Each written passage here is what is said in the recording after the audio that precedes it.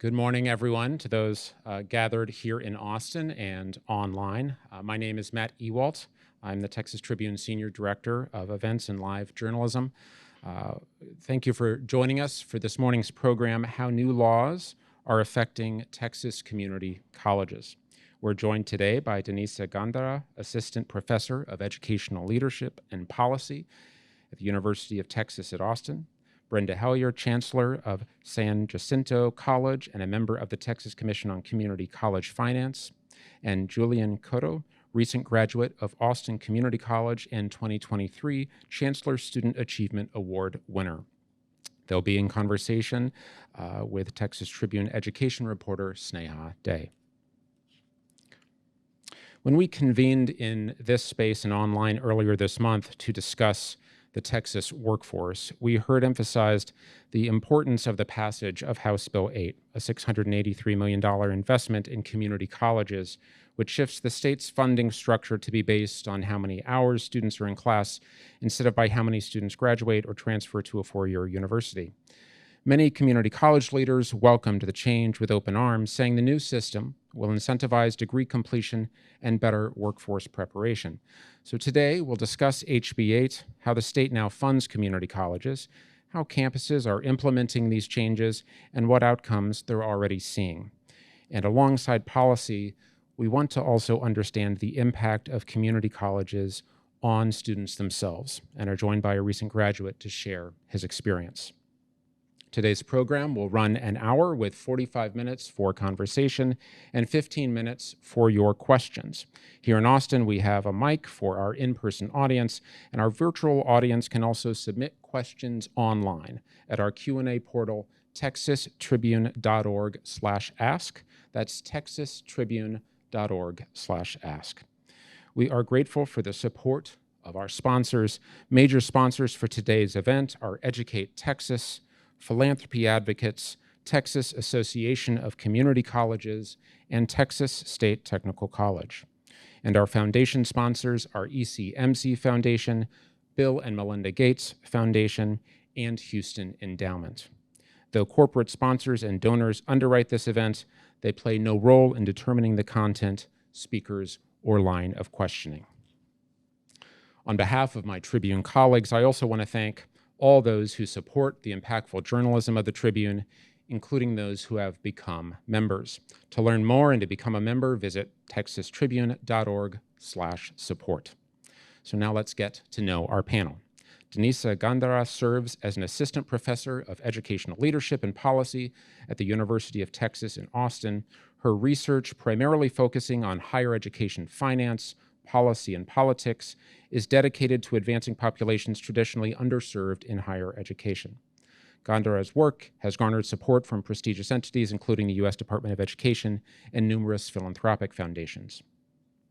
Brenda Hellier serves as the 5th Chancellor of San Jacinto College, the 8th largest community college in the state of Texas, and recognized as a national top 5 college by the Aspen Institute's Community College Excellence Program. She has served in a variety of roles at SJC, including Executive Vice President for Resource Development, Vice Chancellor for Fiscal Affairs, and Executive Vice Chancellor before assuming her role as Chancellor in 2009. Julian Cotto is a recent graduate of Austin Community College with an associate's degree in applied science in computer programming. For his work at ACC, he received the Chancellor's Student Achievement Award. He's currently pursuing a Bachelor of Applied Science in computer programming at ACC and works at Spectrum as a developer and database support engineer. He's married and a father of 2 children, ages 2 and 6 months. And with that, I turn the program over to our moderator, Sneha. Good morning. Thank you for being here, and thank you to our panelists for being here. So let's talk about House Bill 8, the legislation from the last regular session that transformed how community colleges are funded, and really forces community colleges to rethink how they think about success. I mean, I hear all the time, this is a piece of legislation that is transformative, that it will impact generations of Texans to come. I want to start with you, Chancellor Hellier.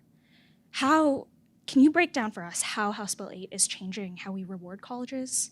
And also, why is this such a big deal? Thank you, and thank you all for joining us today. So I look at House Bill 8 as an investment that the state is making into community colleges and really, I think, our economy for the future. Community colleges are that workforce sector of higher education, and so that's what this is really about. The old funding model was out there for about 50 years. There had been a few changes made to it with a little bit of performance funding, but it really became a distribution model. House Bill 8 is an investment in outcomes, and that's the most significant part of it. It's outcomes based. It recognizes the work that colleges are doing to meet the success that students are here to achieve, and that is based on credentials, degrees and certificates. It's based on transfer. It's based on completing some dual credit hours, but it is based on those outcomes. And there's additional funding for high demand areas. There's a recognition also that community colleges serve all students, and so there's a recognition of additional funding for serving economically disadvantaged, academically disadvantaged, and also those adult learners. Another key component of it, and for colleges, outcomes-based funding if you listen to the state, it's about 90 to 95% of the funding that community colleges will receive from the state. For my institution, it's 100%. So those other institutions that are receiving 90 or 95%, there's a component built into it, foundational funding. And so those are for community colleges that don't have a strong tax base, and it helps to actually provide additional funding that way. It was designed for those small and rural colleges. The other component of it is that it provides capacity funding for those colleges. It also provides where there's some shared resources built into how we look at things for the future. And I think one of the most important components is that there was additional student financial aid built in. Texas Education Opportunity Grants is the educational financial aid program in the state for community college students. We were only funding about 28% of the students that applied. The new funding provides up to 70%. That's huge. Those are the students we serve. And then there's also a component around trying to expand dual credit. It's the FAST program, and it's putting additional resources into funding dual credit, trying to make sure that all students throughout the state have access to dual credit services. Is it transformational? I believe it is. I think it's going to change what we're doing to meet the workforce needs of the state, meet the economic development opportunities that the state has. Professor Gándara, I want to turn to you. What does this mean for small and rural colleges that get that extra boost that Chancellor Hellier was mentioning? Yeah, so first I'll just echo Chancellor Hellier's sentiment, which is shared by many experts, that this really is a historic investment in community colleges, and it's a historic investment in the state of Texas. I think this bill really has significant potential to really bolster the prosperity, economic and non-economic, for this state. So I'll just start there. In terms of this question, Chancellor Hellier alluded to this already. There are a few components of HB 8 that will be particularly beneficial for small and rural colleges. The first is this base tier portion, which is about 5% of funding for those colleges who have lower levels of local revenue that don't meet their costs for basic operations and instructional and operational costs. So what the formula does is it calculates the basic cost of offering basic instruction and operation, and then it calculates local revenue, which is both local tax revenue and tuition revenue. And if there's a gap between those two, if there's a difference, then the formula allocates additional funding to those colleges. And as Chancellor Hellier mentioned, those smaller and rural colleges will benefit the most from this adjustment. And this is really important because colleges shouldn't be disadvantaged because they have lower local tax revenues or because they don't bring in as much tuition revenue. So this formula, this component of the formula, the base tier portion, really accounts for that, for those potential inequities in funding. So that will be beneficial for smaller and rural colleges. In addition, there's this shared services component that HB 8 calls for. So HB 8 charges the Texas Higher Education Coordinating Board with offering shared services. And these can be especially beneficial, again, for community colleges that are smaller, that may not have that funding for technology, for infrastructure, for these costs, that they may not have enough funding to be able to offer those, to cover the costs on their own, and so the shared services may be especially beneficial for them. So these components of the model really, they're accounting for the fact that smaller colleges don't get to benefit from economies of scale. They have these costs, these fixed costs that don't vary with their size, right? So they have to, every college has to hire a CFO. Every college has to pay for the cost of their buildings. And yet those smaller colleges just have lower levels of funding overall because of their size. So these adjustments really account for that, for the lower levels of funding that these colleges have access to, despite some of the costs that aren't different from those of larger colleges. That's a great point, and it was really important for the commission that was a focus. We wanted to make sure that we were providing for those rural and small colleges, because community colleges need to serve the entire state. So it was real focus, and I appreciate your analysis on it, because we're hoping it really does make a difference. I want to talk about what this means for workforce training. Chancellor Hellier, you mentioned that was an important piece of it. I mean, in a lot of ways, House Bill 8 is recognizing the work community colleges had already been doing to prepare the future workforce. Julian, can you talk about how Austin Community College helped set you up for the job you have now at Spectrum?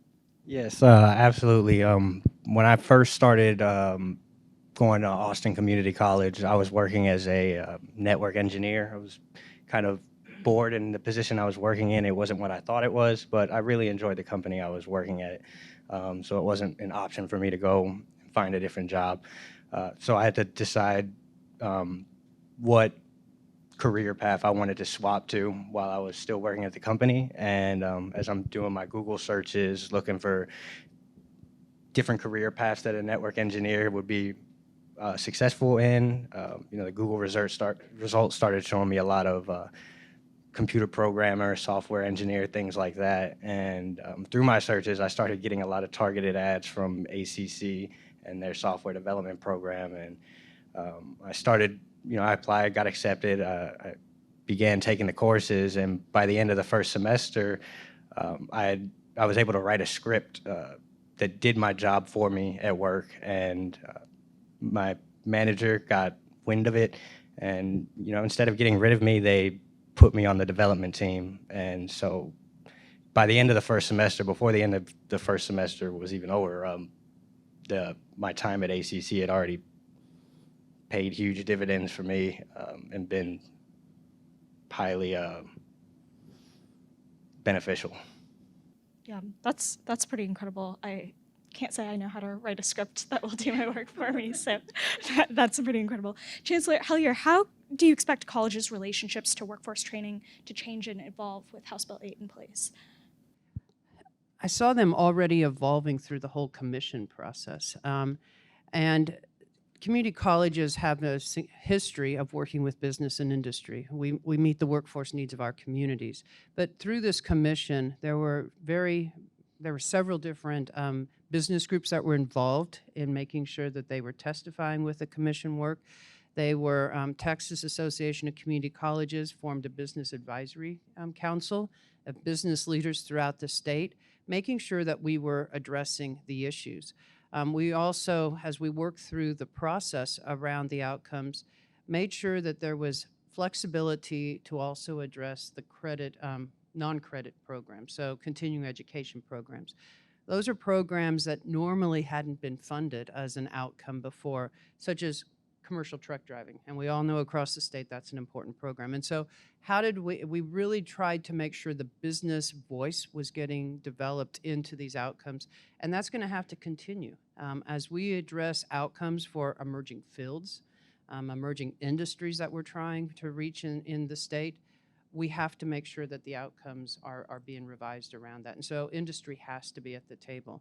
At San Jacinto College, we have Chancellor's Advisory Councils, and they are based on the sectors that are in high demand and how do we need to make sure we're meeting those needs, from petrochemical to cybersecurity to logistics, healthcare, and then also commercial aerospace. And so that's what you're seeing from community colleges, is really making sure industry's at the table and helping us define those credentials that are being funded. Thank you. I want to transition a little bit and talk about the student experience. I mean, the idea of House Bill 8, right, is that if you incentivize community colleges with outcomes, they'll think about improving the student experience. So, Julian, I want to turn to you and talk a little bit about your student experience. You juggled raising 2 kids while in college. You're still pursuing your bachelor's degree. Talk to me a little bit about what that balance was like. It was a lot. When I first started at ACC, my wife was pregnant, and so most of my classes were online, with one being in person. I try to take one in-person class every semester. And so it was a lot to have to. I know my first semester I was driving down to Kyle from Round Rock for the class, and I know that was a lot on my wife, a lot on me, and definitely a lot more on her, being pregnant with our first son. Then after she gave birth, became more. We have another little person in the house that we have to take care of, and it's a lot of time that goes into that. And then our second child came, and it's kind of compounds the amount of time that you have to put into just handling business at home. And so I had to really block my time off when it was time to study. I had to block the time off when it was time to do tests, whatever it was in regards to school. I had to make sure I had that time, whether it was staying up late at night after the family went to sleep, or getting up earlier in the morning, or doing it at my lunch break at work. Still able to make it work with the time that I had, but it was definitely a lot. It was definitely a lot to deal with, the different responsibilities. And you took mostly remote classes as part of that, right, in order to balance all those responsibilities, right? Tell us a little bit about that. Right. Yes. So every semester I'll do 2 virtual sync classes, which is where you meet with the instructor online in a Zoom room. One of my classes will be self-study, and the 4th class will be in person. And that's just so I can get the experience with, being in the school, being around other people, experiencing the teachers in person. The online classes and self-study classes are so that I can be at home with my family and dedicate the time that they need when they need it. And that's been my basic schedule layout for my whole time going through ACC, and it's been pretty flexible to work that way with the online classes. Julian, you graduated in 2023 last year, and now are pursuing your bachelor's, but I want to share some data. So about 1 in 4 college students are parents, so like you, but parenting students complete college at a much lower rate than other students, even though they earn comparable course grades. So I want to talk a little bit about what colleges can do to better support student parents. Julian, as a parenting student, what kind of supports would have been helpful to you to get you to graduation? I would say definitely childcare, daycare. I've always looked at it kind of like, how the YMCA offers their daycare. They'll, you go up to work out, and they have a little spot where you can leave your kids and they can learn, or they can play, or whatever programs they have going on that day. I think if ACC or, local community colleges offered programs like that, it would give people, a chance to focus their energy on studying and, learning and bettering themselves. Because I will say it's not something that I realized, but it's very hard to focus. It's very hard to focus with a lot of playing and maybe crying going on in the house, and so having a place where your kids can be safe and play, and they're also close to you in case of an emergency, would have been very beneficial. I know for me and my wife, we're both in college right now. She's also in an online college, not local, but I know daycare would definitely have benefited both of us. And I've always looked at it like it's something that could be incorporated into a course load at community college. So perhaps you have a child care degree or certificate, something along those lines. It's something that students can be involved in at the same time. And for those kids that may be getting taken care of in those schools, what an amazing thing it would be to actually attend that school maybe 18 years later and say, I used to play in that room there, and now I'm learning in this room here, and maybe my kids will be in that room as well. So I think it's daycare would have been great, and I think it's one of those things that has long-term impacts that are good. Framing it as a way to train students, yet another workforce training program, is so smart.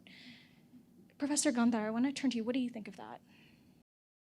So I just made a note to listen to students. So when we're thinking about what we need to do to improve student success, it's just so critical to listen to students and to hear from them what the barriers are that they're facing on their way to completion. Chancellor Hellier was mentioning earlier that they're doing a lot of surveys now of students, and I just think that's so critical. So I have a list of some of the kind of best practices based on research evidence for improving student success, but ultimately I think what's most important is to listen to students and determine what their experiences are and what barriers they're facing on their way to completing their credential. Chancellor Hellier, can you talk about some of the challenges that come into place as you're trying to make childcare happen on a college campus? Sure. This is something my institution is struggling with. We do have 2 children's centers. They aren't a drop-in, drop-out. We have looked at that.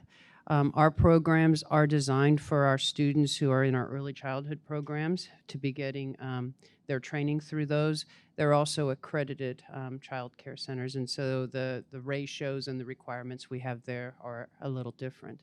What we have done is we have, through our Perkins funds, which are available for our technical students, provide certificates for them to be able to use at other child care centers in our community, so it pays for their child care in the community, and so that is an offset. Now, children are also eligible to come to our children's center. Our students have priority. One of our campuses has a Bezos Academy, so it's all free of charge, and so it is being run by the Bezos Academy, and they have made that where it's for the community, for anybody at certain income levels. But it's a challenge to make sure what are those different resources. And I know Austin Community College has looked at opportunities around some of those childcare things too. I think as far as trying to make sure how we're meeting students' needs, we're constantly asking, constantly doing student surveys, the focus groups. Where we were prior to that C word, that COVID pandemic area, is totally different now. What we were doing with facilities and resources we were making available to students, I think that has changed. And so where do we head for the future?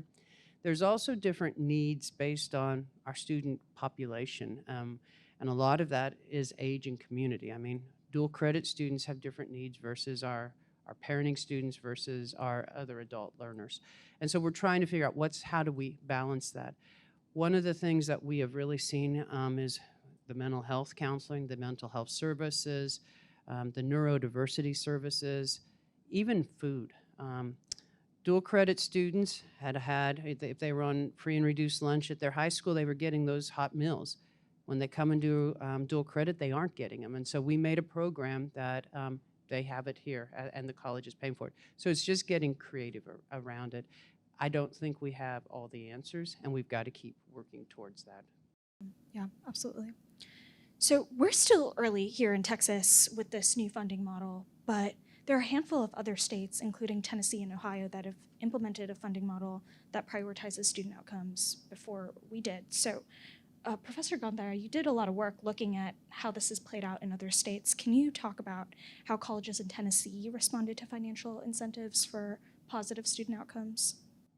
Sure. So the majority of states actually have some sort of performance or outcomes-based funding model now, but there are few states that tie such a significant portion of state funding to outcomes. And Tennessee is one of those states. It was the first state to have such a robust outcomes-based funding model, meaning that such a significant portion of state funding is tied to outcomes. And so there are some lessons learned from other states, Tennessee, Ohio, and some others, some from my own research and some from other scholars' research. So I'll share just a handful of takeaways from those studies.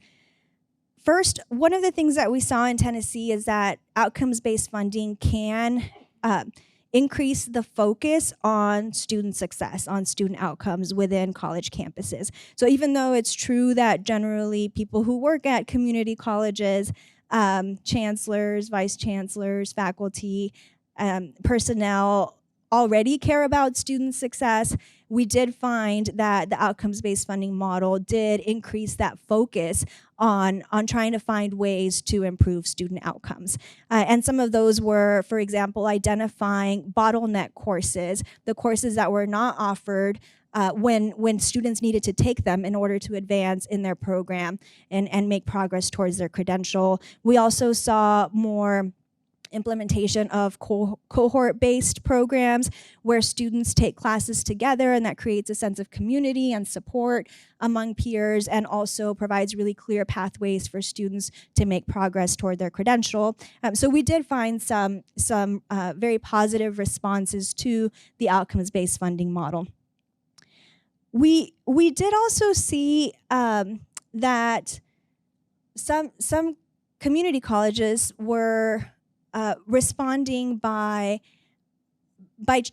trying to change their inputs, and this is a perfectly rational response, and by that I mean by changing their recruitment and enrollment practices. And it's not something we expected to see, especially at community colleges, because they tend to be open access institutions, but we did see one community college implement a minimum SAT or ACT score. We also heard that community colleges were changing some of their recruitment practices. So these are some changes that may not be as apparent, but changing the neighborhoods that the colleges were recruiting in, for example, changing their deadlines, moving their deadlines up, changing the financial aid that they offer to different students, and with the goal of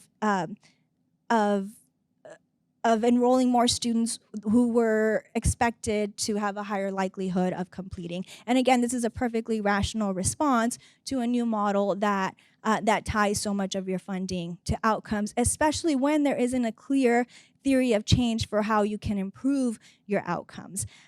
So that is something that we observed that may not necessarily be consistent with the goals of the state in implementing the outcomes-based funding model. Talk to me a little bit about how they stopped recruiting in certain neighborhoods. Yeah, so I don't have too many specifics on that, other than we did have some interview participants who shared with us that they just changed the neighborhoods that they recruited in based on the likelihood of students being successful based on previous students who had enrolled in the college from different neighborhoods. And so this is largely based on demographic characteristics, socioeconomic characteristics of the neighborhoods.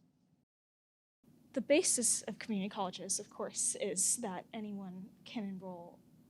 Chancellor Hallier, how do we prevent bad recruiting tactics here in Texas, and what can we learn from this?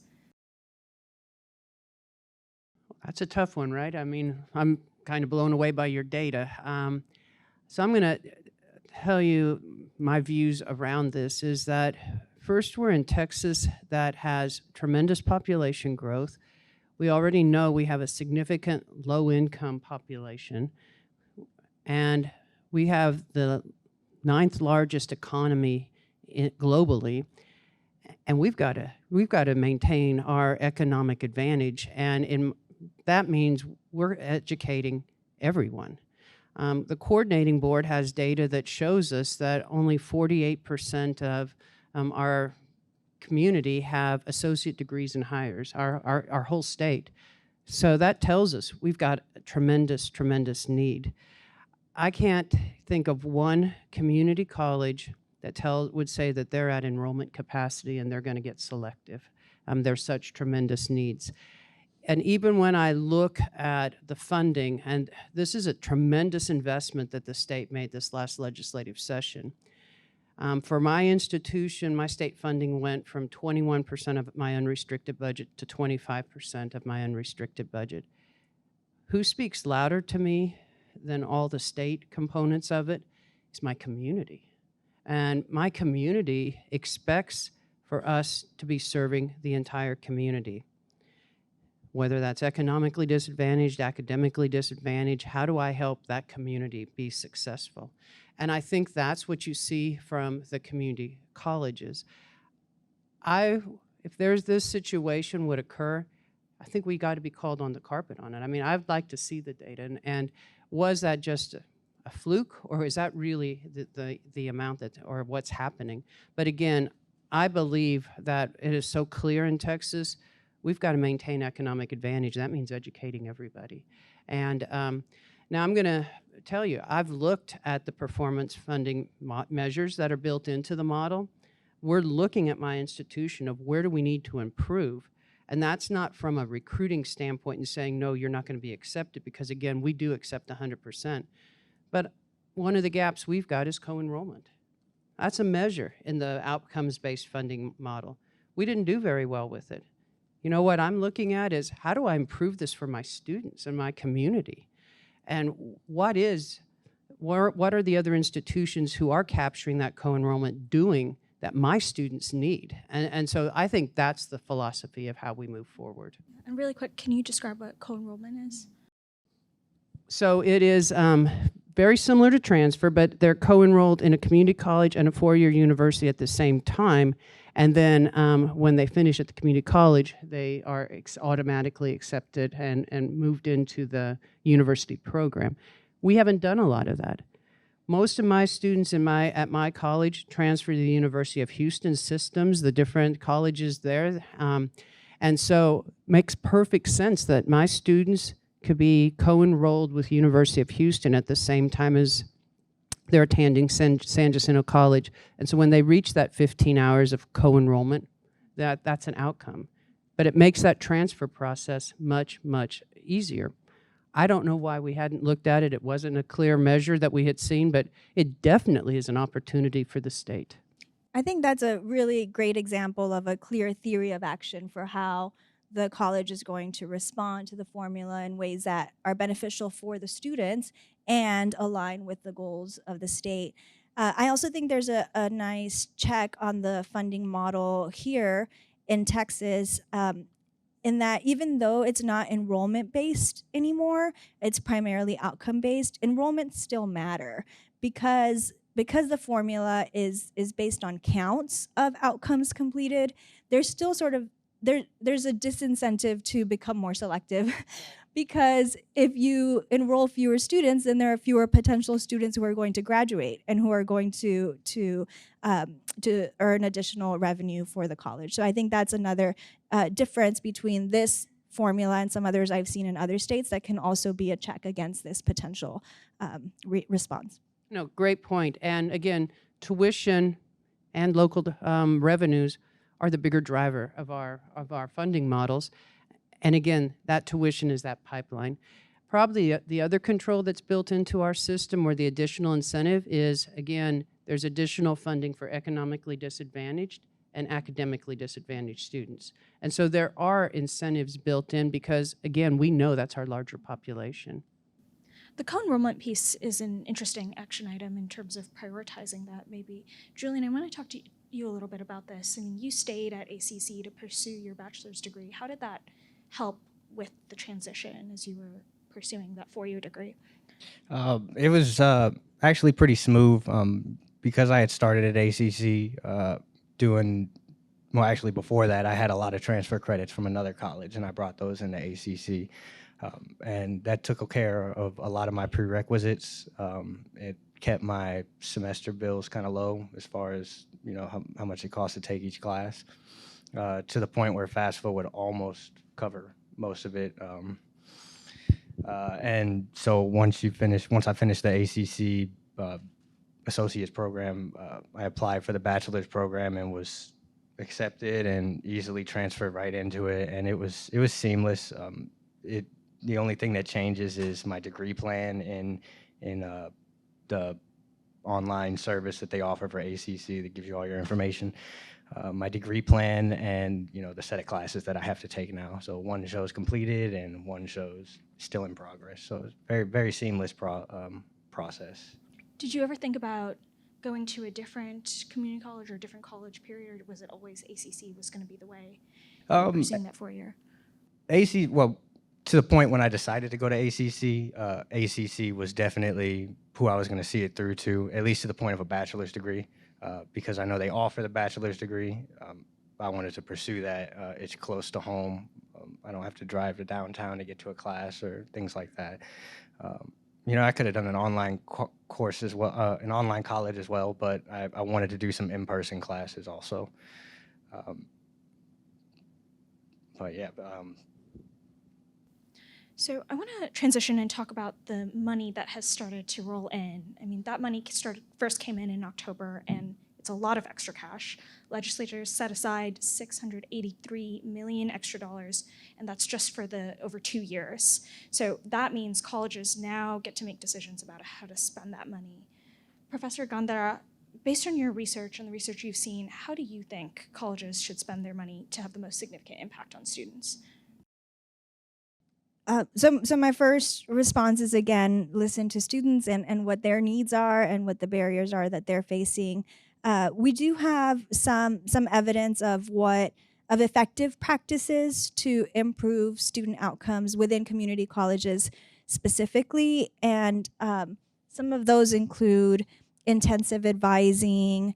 There's the CUNY ASAP model, which is highly touted. So the CUNY ASAP model has nearly doubled 3-year completion rates at community colleges, and it's been implemented in at least 6 different sites now with a lot of success.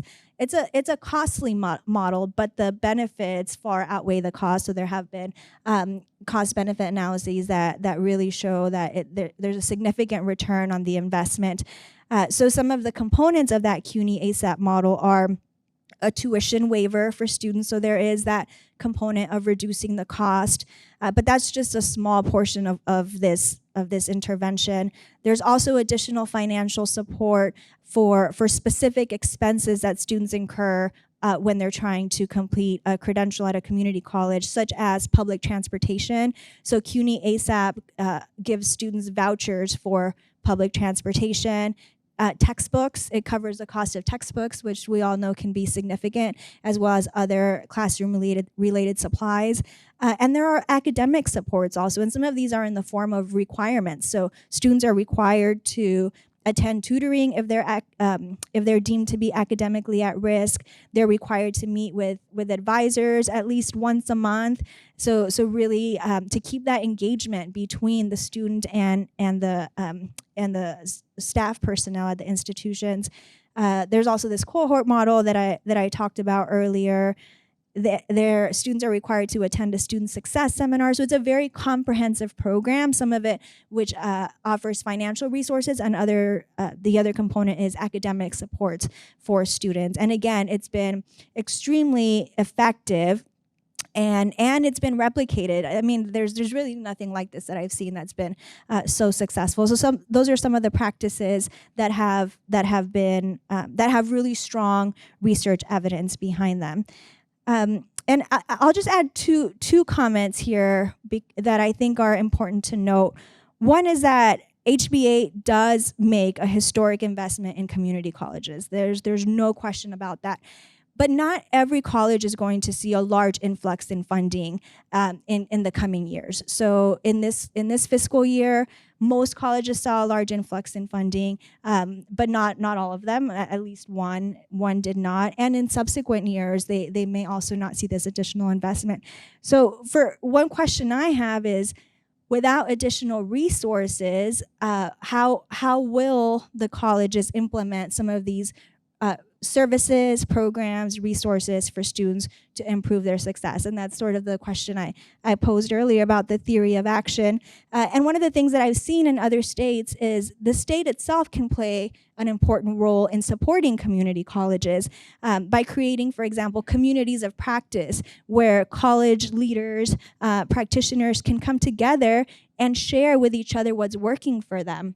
They can bring in experts, other leaders, community college leaders from other states to talk about some of these practices that are working really well for improving student outcomes. So I think there's a role for the state to play also in capacity building. And this can also come from philanthropy or from other external parties that can offer these spaces for colleges to support each other. And one thing that I think is really nice about the state's outcomes-based funding model that's conducive to this kind of collaboration and cooperation is that it's not designed as a competitive model the way the Student Success Points model was.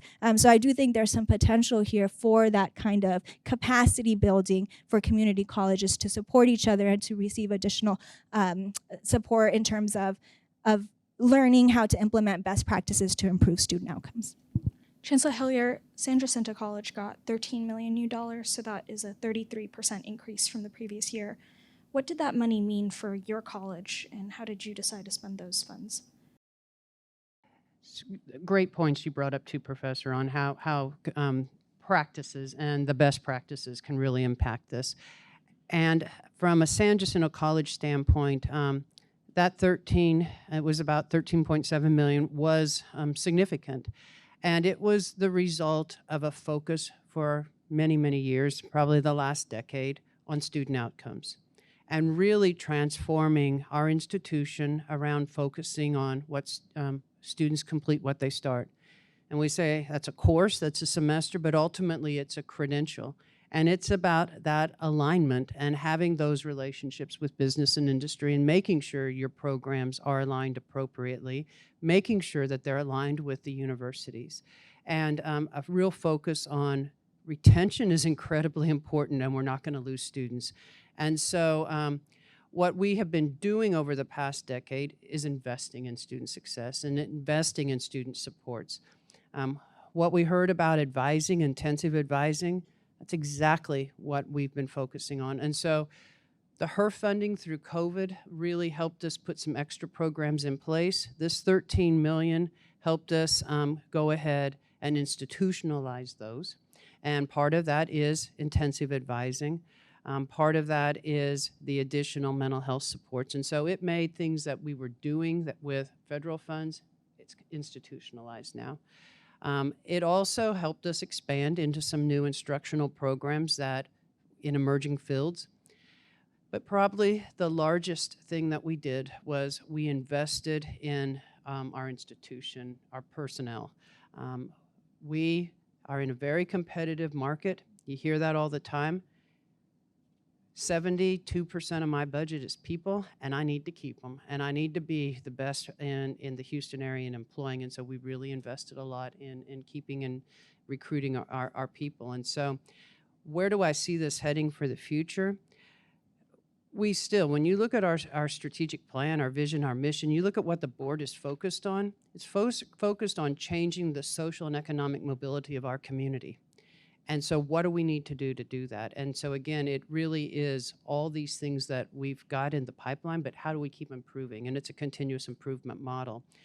As far as institutions not getting new influx of funds every year, we're hoping we're going to get increases in funding. We're going to perform, and we're going to meet those measures because each one of us is striving to do that for our community and for the state. But the important part of this is also we need more of the sustainability of the model. Previously, we had cuts. We didn't know what our model was going to be. And so I think that will also help institutions having that sustainability. And before we turn to questions, I want to talk about Austin Community College. They are proposing that they use some of the HB8 money to offer free tuition for all graduating high school seniors. Julian, what do you think of that proposal? I think on the face of it, it's a great idea. Creating those pipelines into that secondary level education system is pretty pivotal. I do believe you were saying some things about people meeting certain requirements to keep receiving that funding, or being required to go to tutoring should they fall below a certain level. I believe something like that would be great for students that are able to pull FAFSA and maintain those FAFSA requirements, and then whatever FAFSA doesn't take care of, then the school can take care of the rest of it. I think that would be amazing. Give students incentives to actually continue learning. ACC, I've always looked at community colleges as a place that foster second chances, or for those that haven't taken their first chance, more time to think about what you want to do with your life. So for those high school students, absolutely, they get some more time to learn some stuff, figure out some more about their lives and what they want to do with their lives that they don't already know. Then the second chance aspect of that is, for mothers, fathers, I'd say even people that might be taking steps down the wrong path and are in danger of, staying down that wrong path. I think this money would be a great way to just open a lot of pipelines into the education system. I think examples would be like providing tuition for maybe mothers and the new mothers are in the Mother Center at St. David's that just gave birth, or maybe not just gave birth, but in the time it takes to recover, and then lower level sort of people that may be involved in some less than above board things, giving them a second chance to turn their life around so they're not perpetually in that system. And as well as the pipelines into the college, I think pipelines out of the college are another great thing to look at. We talked about the community colleges have to serve their communities, and a part of those communities, like in Austin specifically, is Google, Facebook, Oracle. There's a lot, hundreds, thousands, even companies right here in Austin. And I don't know that this is necessarily not taking place, but I think it would be amazing if ACC, presented their degree plans to these companies and said, this is what we educate our students on. Does this look like, a resume that you would hire from? And what can we do to pipeline our graduates into your different companies where their skills meet what you're looking for? I just wanted to say, Julian and Professor both brought up some great points here. The program that ACC is looking at of waiving tuition, those are important programs for students, but each institution has a different way of how they need to tackle it. And what you had said too was you've got to talk to your students in your community. And so at San Jacinto College, we have a Promise at San Jac program. It's been funded by philanthropy through a Mackenzie Scott donation of about $30 million, and it provides 3 years of community college education for all high school students in our taxing district. It provides for tuition and books. We don't charge fees, so there's no fees included because we don't have them. But it does have those requirements, what you said. They've got to go full-time, they've got to keep a 2.0, and they got to maintain their federal financial aid so that we can leverage it. And it's an important program, and it really has changed who we're reaching out to. And I think each community college needs to dig into what is needed in their community when they look at the resources that they've got, because it really is boiling down to how do you look at what is needed to propel and change that, again, that economic and social mobility. And some of the work that's been going on in Texas around that is the work of the Texas Success Center. And that's around pathways and looking at how do we make sure students are more being more successful. And again, philanthropic entities have helped fund that. And again, it's a statewide initiative for community colleges. And so there are a lot of components, but each of what you brought up are important work that I hope is you'll see throughout the state. With that, I want to turn to questions. So for those who are joining us here in Austin, you are welcome to come up to the mic to ask your question, but we have some that have already been submitted online. First, a process question with HB8. Is there a list of colleges in Texas with amount of funds that have been received? Did funds flow directly to community colleges, or did it require a grant application?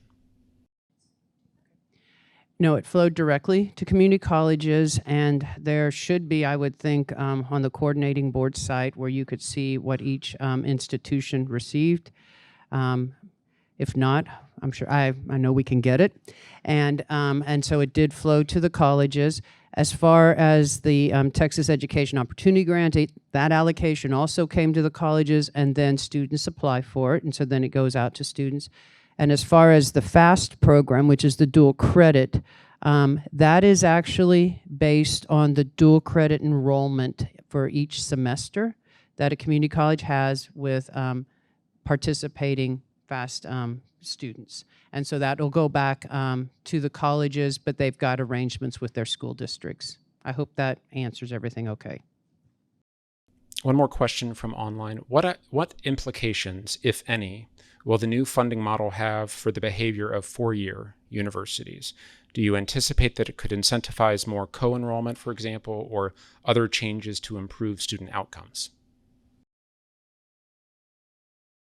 Oh, sure. I think Chancellor Heller can also comment on this. Well, I mean, it sounds like it already is having implications, for four-year universities. As Chancellor Heller mentioned, that the model does reward co-enrollment, and so it is encouraging colleges to look at their rates of co-enrollment and to increase those rates if there is room for improvement there. So I certainly see that as a possibility, as well as transfers. So there's a component of the model that also rewards transfers to four-year universities, and so there may be an additional focus on that among community colleges. So transfer has been a priority for community colleges, and I think transfer's been a priority for universities. Over the past years, there's been a lot of work being done between community colleges and the universities, coordinating boards leading a lot of that work, but it is how do we make transfer more successful for students? How do we make sure students aren't losing hours when they transfer? And so I see that just becoming even more of a priority. But transfer has to be part of this requirement, and as well as the co-enrollment. Hi, Kelly Kieschnick from Texas Business Leadership Council. Just a quick comment on the last question. We've also seen that some four-year colleges are participating in the FAST program to offer dual credit to low-income students, so it's another way that it's expanding access to dual credit. My question is, one of the big impacts of HB8 is that it's providing state funding for continuing education, reskilling and upskilling workforce programs that have not been necessarily funded by the state in the past. I was wondering, Dr. Hellyer, if you could speak to that, the impact that is making, and also if you have any advice for businesses that would like to partner with their local community college on those types of programs. Thanks. Thanks, Kelly, and great to see you. Funding the continuing education component is significant, and this is the first time it's been done. So we went through this last model with some temporary rules. We're working on getting those finalized. The coordinating board has those, but I think it's a game changer. I think there's still work to be done around. It's based on contact hours or credit, the contact hours, and meeting certain criteria around that.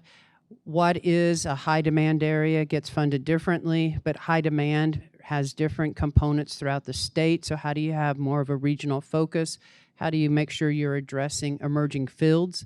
And so it's excitement that it's being added and that it has been added, but there's still a lot of what are the systems to capture this and what does this really mean throughout the state? As far as employers who want to get involved with their community college, I would tell you, reach out to the CEO. And that's, if you don't have a relationship, reach out. You're in their area. talk with them about your needs. And I truly know my other CEOs, and they will respond, and then get you on an advisory committee, get you where you're helping help designing what's going on. Advisory committees at community colleges, we have one for each technical program. They're critically important. We need your feedback and we need commitment. And so I would just say reach out to the CEO. Hi, I'm Beeman Floyd. I do work with the Texas Community College Teachers Association and other faculty groups here in Texas. Just curious, love to hear y'all's comments about the fortunes of faculty under House Bill 8 and how you're perceiving that in your institutions, and whether you see both good news and potential tensions with faculty. Beeman, great to see you, and I want to thank the Texas Community College Teachers Association for their support of House Bill 8. I can tell you again, at my institution, we've been on this journey for a long time. And so having those those channels where you're really talking to your faculty and making sure how you're addressing their concerns. I mean, when we went down a student success agenda a decade ago, there were concerns. We've made it very clear. We are committed to excellence, and we are never going to lower standards. And our faculty demand those standards. And so how do we do that? Now, doesn't mean that we don't have to do something different to meet workforce needs. And so it's how do you bring everybody along? And so those are just continuing questions and conversations. You know, I think sometimes we think, oh, this work is going to be done. It's never going to be done, right? It continues to evolve, and it continues to make sure there's innovation across all parts of your institution. You mentioned textbook costs earlier. Open educational resources is hot and heavy there. I mean, my institution has been doing that for several years. That is not a CEO-driven initiative. That is a faculty-driven initiative, and so faculty have to get engaged, and you've got to make sure that you're doing that. And again, our institutions can't run without our faculty, so they need to be at the table, and they need to help lead this change with us. So for our last question this morning, just with the larger conversation around HB 8 and the Texas workforce, has this conversation helped address what many would call a stigma against community colleges and the role of community colleges in thinking about both the education and the importance in really feeding a healthy Texas workforce? That's a really interesting question. So my impression is that perceptions of community colleges have actually changed in recent years in a positive way.